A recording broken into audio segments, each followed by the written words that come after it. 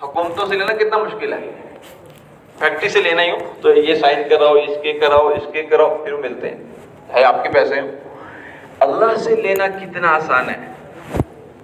اللہ کہہ رہا ہے کچھ نہیں، تم مانگو میں دے دوں گا،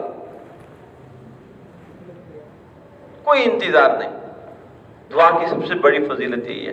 ایک حدیث میں آتا ہے کہ جس آدمی کو دعا کا دروازہ کھل جائے نا، اس پر اللہ کی رحمت کے دروازے کھول دیے جاتے ہیں کہ بھئی یہ آدمی محتاج مانگی جا رہا ہے، اس کو خوب دو، خوب دو۔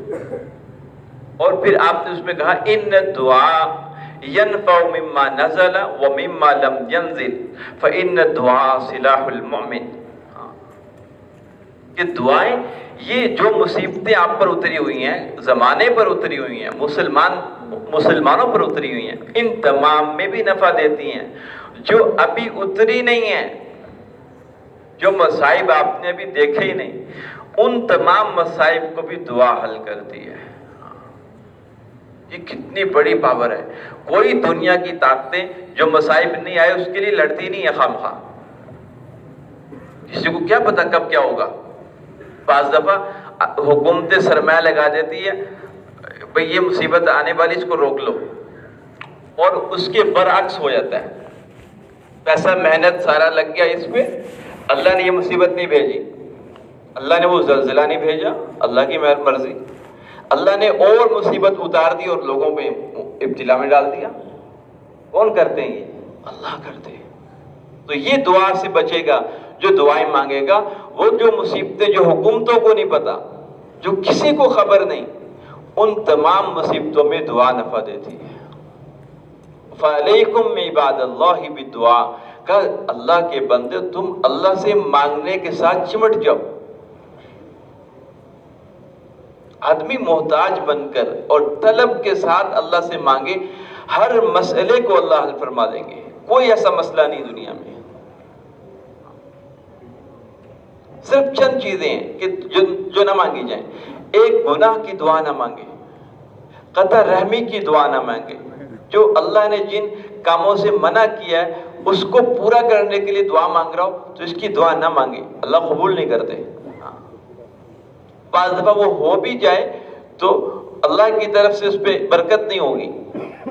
میں دعا کر رہا ہوں کہ یہ زمین ہتھیا لوں، کسی کے ناجائز حق یہ میں ہتھیا لوں، اس کے لیے دعائیں کروا رہے ہیں،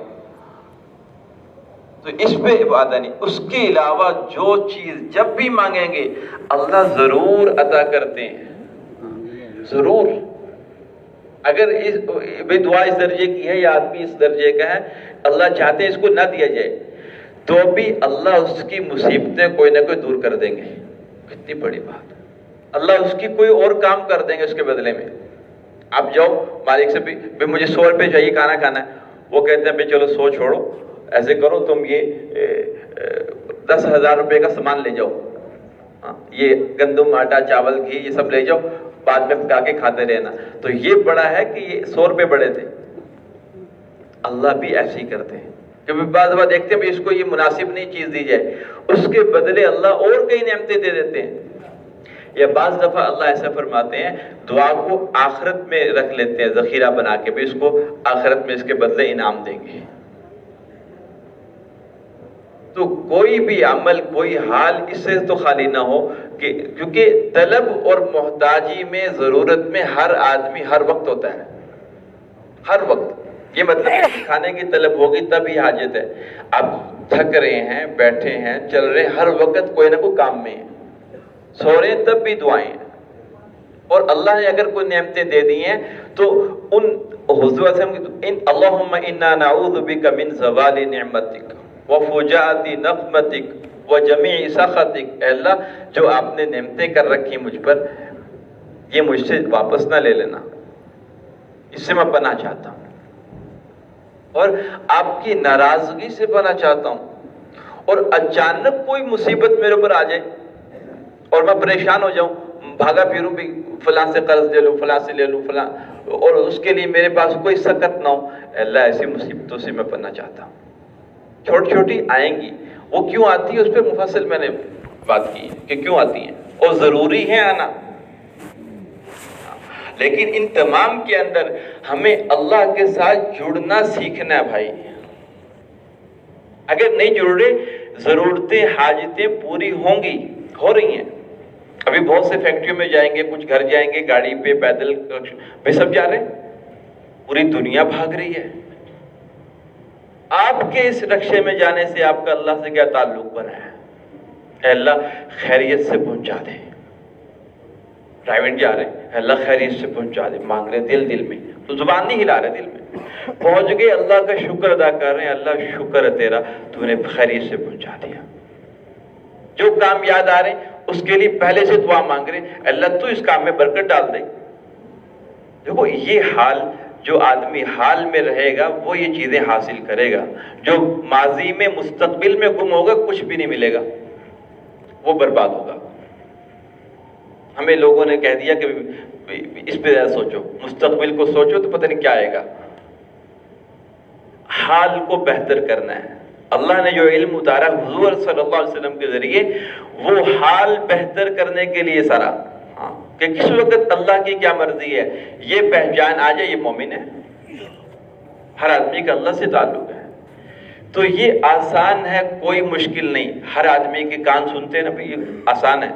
لیکن جب پوچھو بھی کر رہے ہو, جی کل سے کریں گے, کل سے, وہ کرنا بہت مشکل ہے.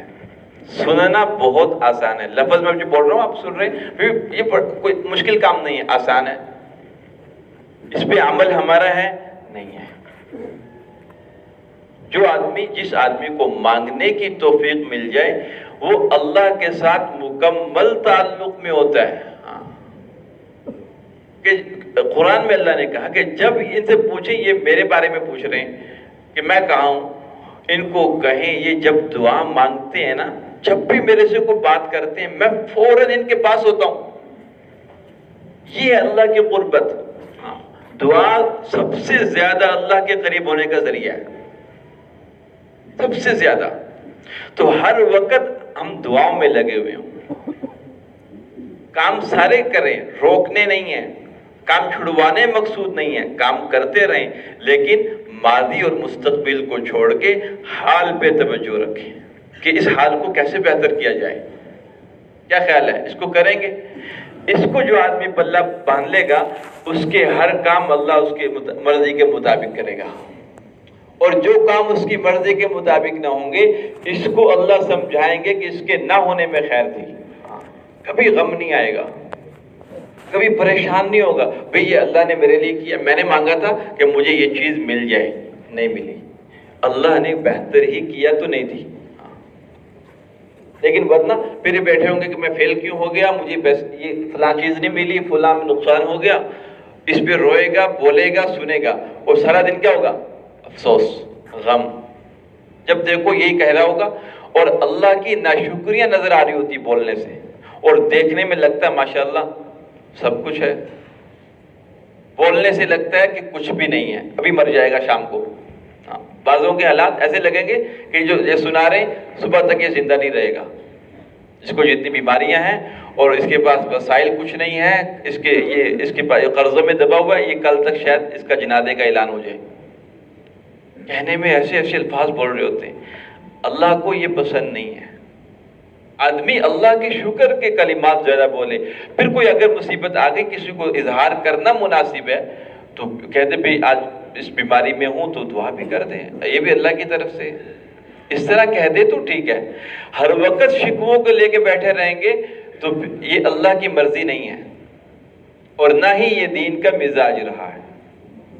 حضور صلی اللہ علیہ وسلم کے گھر اور صحابہ کے گھر مشکل ترین حالات ہیں, لیکن مساجد میں اس کا تذکرہ نہیں تھا کہ آج کس کے گھر کیا پکا ہے, آج کس کے گھر کون سی ٹائل لگنی ہے, شادی میں کیا لگا رہے ہیں جی, اچھا فانوس کیسے لگیں گے, اس پہ زیادہ بحث نہیں ہوتی تھی.